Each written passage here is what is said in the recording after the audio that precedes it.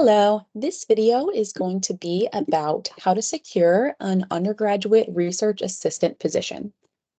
So first, a little bit about myself. My name's Elisa. I just finished my 6th year at USF's clinical psychology graduate program.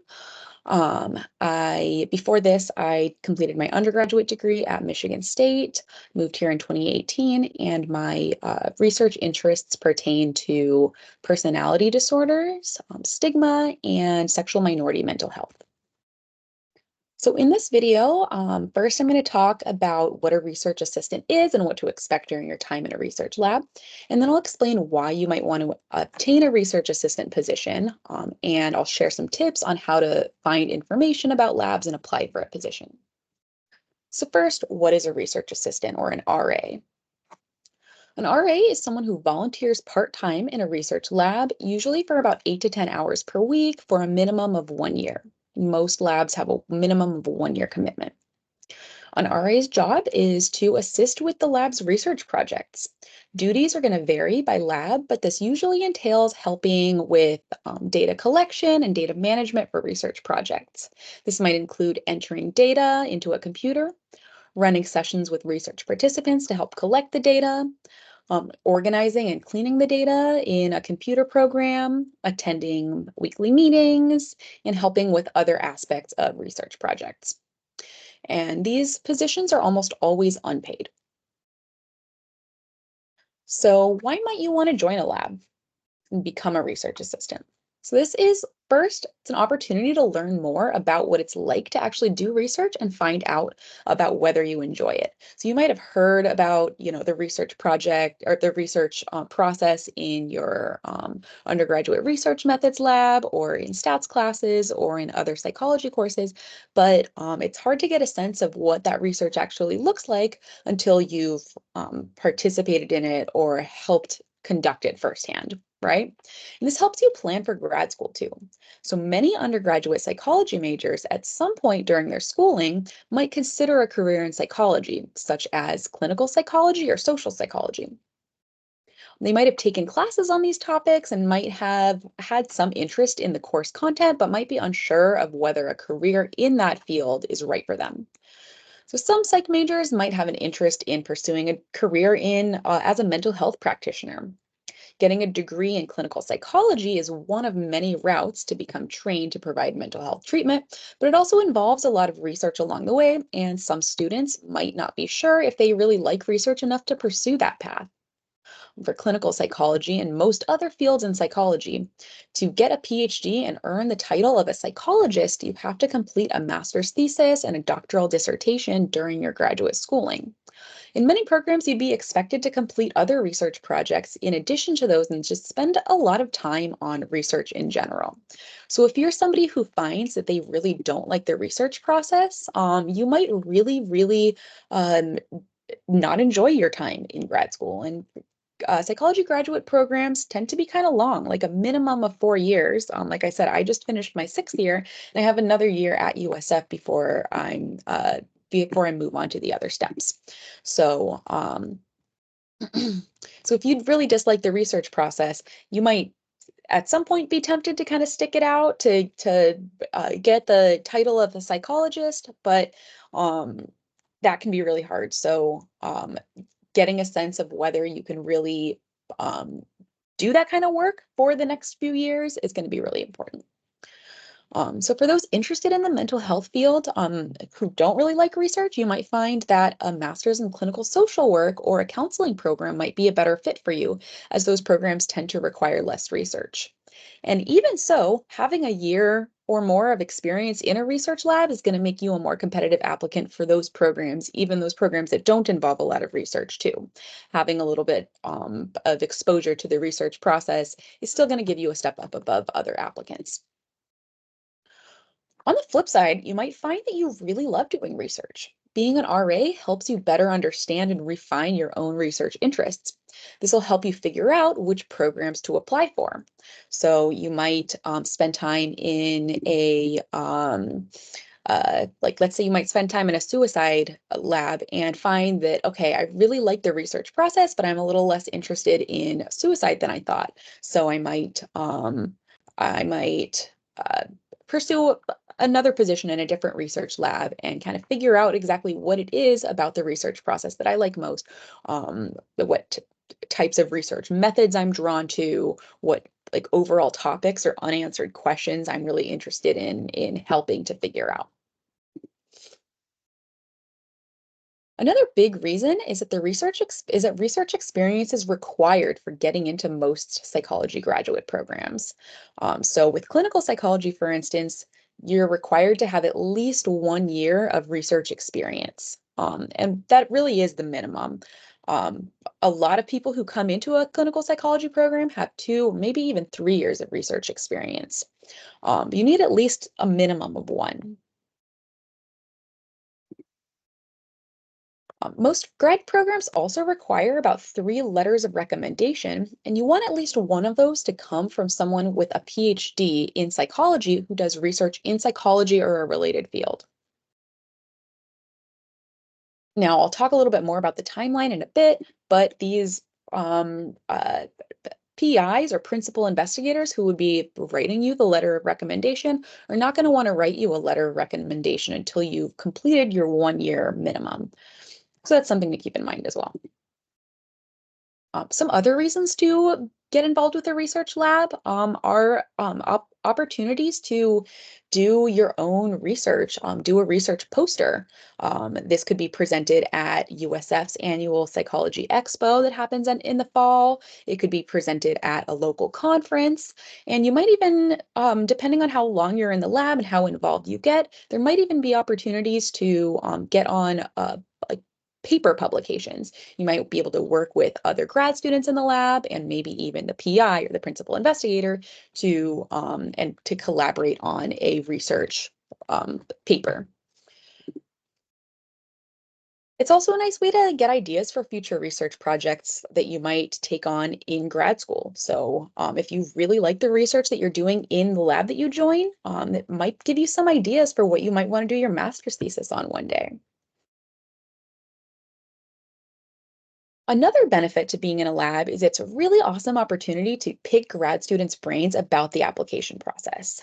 You will meet current grad students during your time as a research assistant, and you can ask them a lot of questions that might help you navigate that grad school application process because the grad school application process can be challenging. It can be kind of confusing sometimes. So having somebody who's gone through the process is a huge perk. I can say that that really helped me as an undergrad when I was applying for graduate programs. I had grad students who I ended up being friends with who I saw at least weekly in the research lab and being able to just ask, hey, like, would you be able to give me some feedback on the way I wrote this line in my personal statement or the way that I designed my CV? That can be of huge value. Like I mentioned, these undergraduate research assistant positions are almost always unpaid, but there could be the possibility of a paid research position down the line. So typically, not all labs, it's going to vary a lot by lab, but many labs have a paid lab manager or research coordinator of some sort. Usually it's maybe just 1 or 2 people in the lab who have paid positions. And there is some turnover among these positions because they tend to be filled by people who are preparing for and aiming to get into grad school themselves.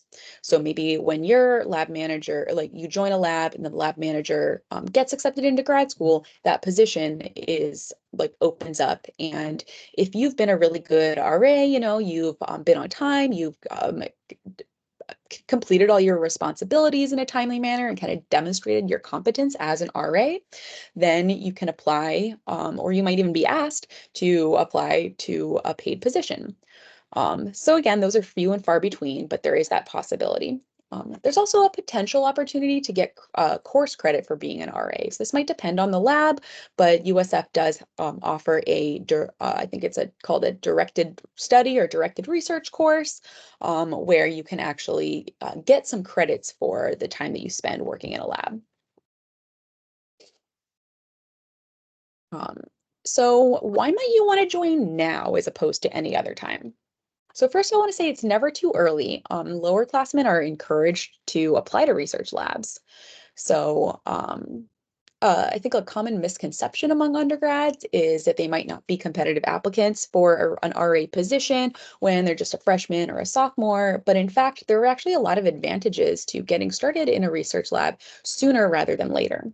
From the PI's perspective, the person who runs a lab, it's great to have an RA stay for multiple years. That requires, then they can kind of reduce their the amount of time and resources they spend on training. That person's already trained for multiple years. Like that less turnover is great for them. And for you, that's more time to gain experience, especially if you're not doing a gap year. If you're somebody who really wants to go straight from your undergrad into grad school, um, that gives you more time to get that research experience under your belt. Um, so let's say so for most grad, this is gonna vary by like the type of graduate program, but a lot of graduate programs, the applications are due in like around November of the previous year. So if you wanted to start, like be admitted to a graduate program that starts in the fall of 2025, your grad applications would be due like around November of this year. So that's something to really think about. So let's say that you're a sophomore and you get started in a research lab at the beginning of your sophomore year. So you complete 1 year of research experience during your sophomore year, a second year of research experience during your junior year. Now you have 2 full years of research experience that you can talk about as you're going into your senior year and you're starting to prepare all of your materials for your grad applications. And you now all have 2 years of research experience to talk about. Um, it can also be an opportunity to kind of trial some research labs a little bit more. So let's say you start out in one research lab, you do that for a year, and you like the research process, but there are things you don't like about it. You find that, hey, I'm actually more interested in this other topic. You can apply to a different lab the following year. So got that time. Thinking long term about the timeline, you want to give yourself time to accrue that research experience that you can talk so that you can talk about it when your grad applications are due. I think one kind of common mistake that people make, or one way that they make the process more challenging for themselves, is that they wait too long to get experience in research. And then they have this moment of panic when they realize, oh, okay, I have like a whole year's worth of research experience that I need to get in a really short amount of time because my applications are coming up and I haven't really gotten that under my belt yet. So really think about your timeline. So let's say you did want to join a research, you are applying to graduate programs this year. Your applications are going to be due in November. If you just join a lab in like late August or September of this year and your grad applications are due in November, well, that's only 3 months of research experience. You don't really have a lot to talk about to demonstrate your research competence. And your PI in the lab won't write a letter of recommendation for you after just a couple months of volunteering. They're usually pretty strict about that. They want you to have 1 year of research experience, 1 year in the lab before you're eligible to ask for a letter of recommendation. So those are some reasons to consider joining now or joining sooner rather than later. So now that you know what an RA is and why you might want to become one, I'm going to tell you a little bit about how to get information about research assistant opportunities and apply to be an RA in a specific lab. So the first thing you'll want to do is read about the various research labs in USF psychology department. These are the options for you. So I'm going to show you how to do this by sharing my screen.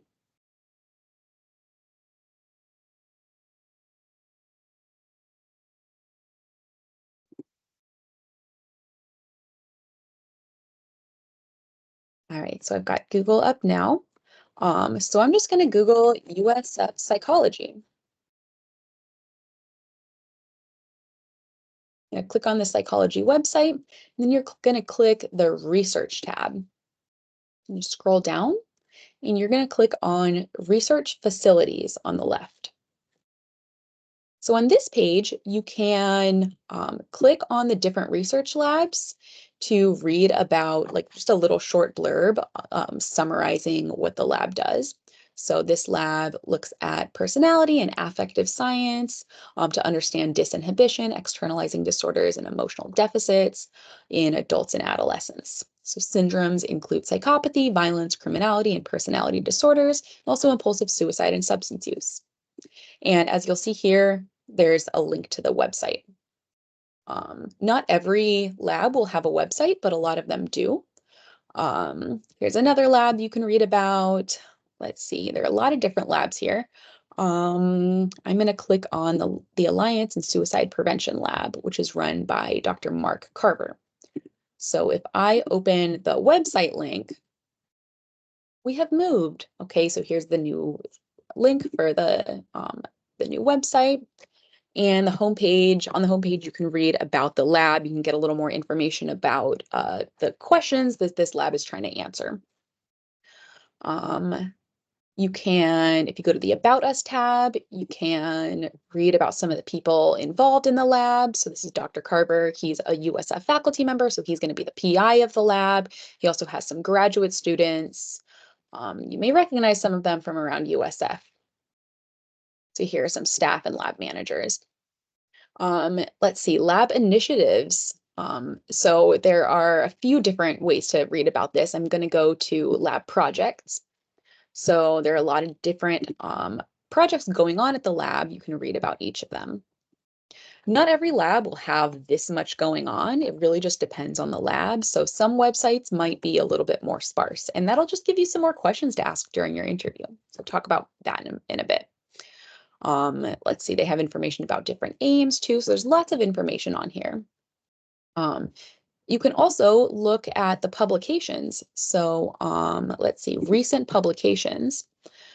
And you can find these publications usually. Let me see.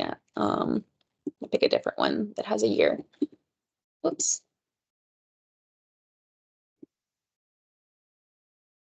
So I'm going to copy that. I'm going to open Google Scholar and I'm going to paste that in. And I can find the paper and read about it. Now, this one was authored by one of the previous graduate students in the lab, but the PI is an author on it as well as in addition to some of the other grad students in the lab. So you can, read the abstract for a brief sense of it, but read the whole paper to get a sense of, okay, what was entailed in this project? What kind of methods did they use? What did they do? Is this something that interests me? So if you think that you'd like to apply to the lab, oftentimes you can find some information about how to apply or how to reach out to them on the lab website. So first, there's some information about just how to contact the lab. There's an email there. There's also another option that says join us. So it looks like, okay, so opportunities include assisting with projects on youth suicide prevention and therapy process with children and adolescents. We offer course credit for psychology majors. So here are some criteria for applying to the lab, some benefits, and it says, if interested, please contact our research team by email. There's an email there. Some labs will do it differently. I believe the dark lab up here, if I visit this page, they have information on how to join the lab on the left-hand side. And they have a lot of information about what their research assistants do in the lab, requirements for being an RA. Some labs might have GPA requirements. This lab requires a GPA of at least 3.2, 10 hours a week, a minimum of at least 3 semesters, which is about a year. And RAs interested in the jail project are required to travel to the Pasco County Jail and should factor travel times in. So that's something to consider as well, thinking about whether you're trying to join a lab that is mostly virtual or a lab that meets in person and does in-person work, or a lab that might have to require you to go to a different setting like a jail. So interested students should complete the research assistant form below. So there's actually a research assistant form for this lab. Definitely not something that all labs do, but it's a really easy way to apply.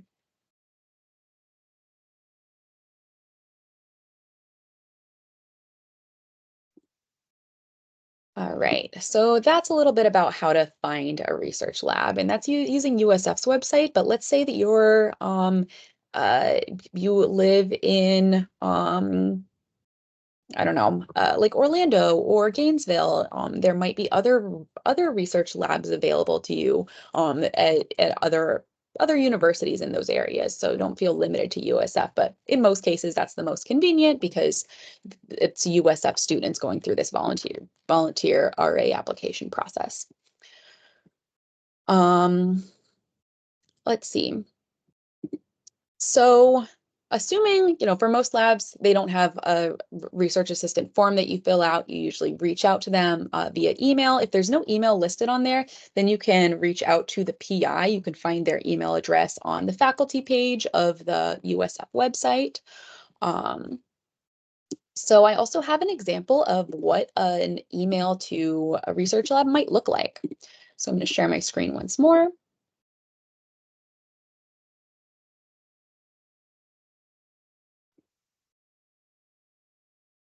All right, so let's say you're applying to that Alliance Suicide Prevention Lab run by Dr. Carver.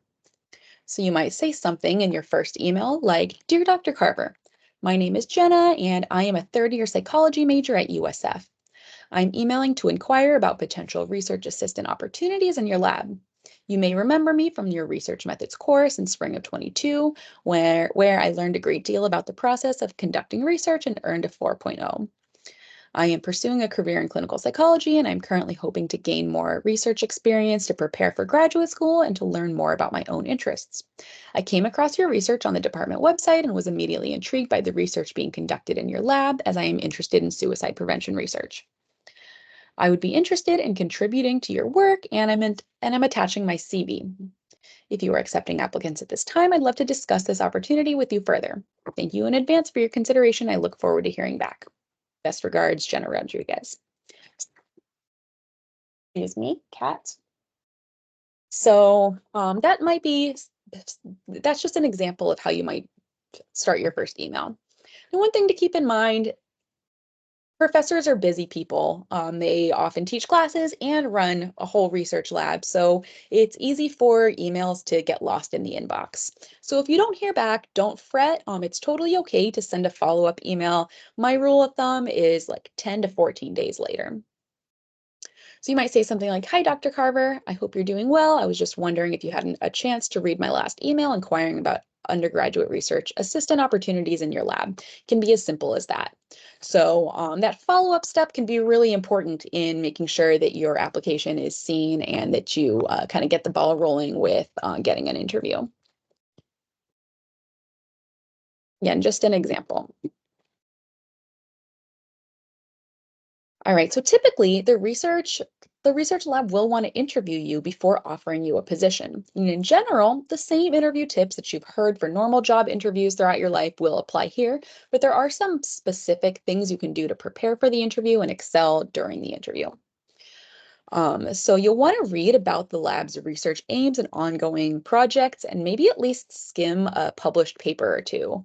So yeah, so you're going to want to read about the website just for your own knowledge, so you can decide whether you want to apply to that lab. But you also want to be knowledgeable enough about the lab to show that you've done your due research during the interview, and that you're not just applying willy-nilly. So show that you've like read through the website and you have at least a basic understanding of what's going on in the lab, any projects that might be underway.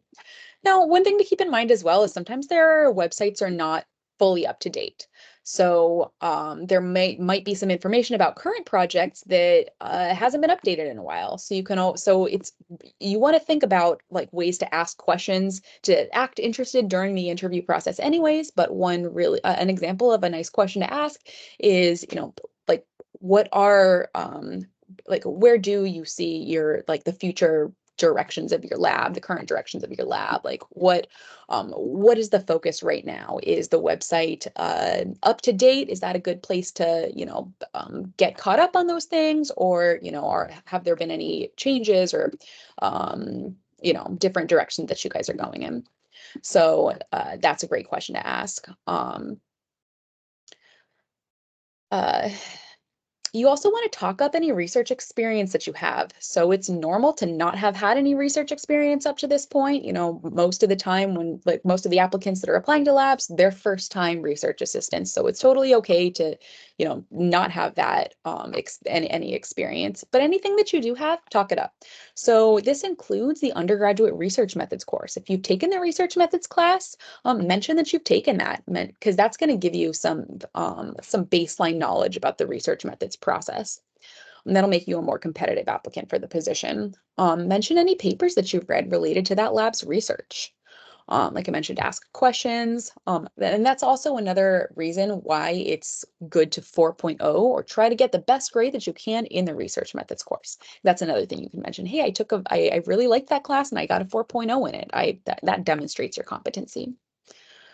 Um, and don't forget to show some personality during the interview. You also want to ask questions about requirements and expectations in the lab.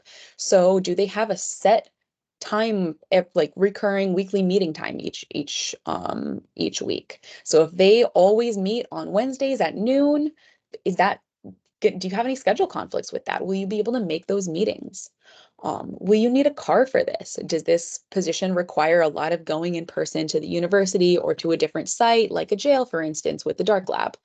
Um, uh, are you planning on being around during the summer? So most labs require that 1 year commitment or 3 semesters. Sometimes there's some flexibility with the summer. If you're going to be out of town during the entire summer, maybe you could do like if you're going to start in the research lab in the fall, instead of doing fall, spring, summer, you could do fall, spring, skip summer, and then the following fall.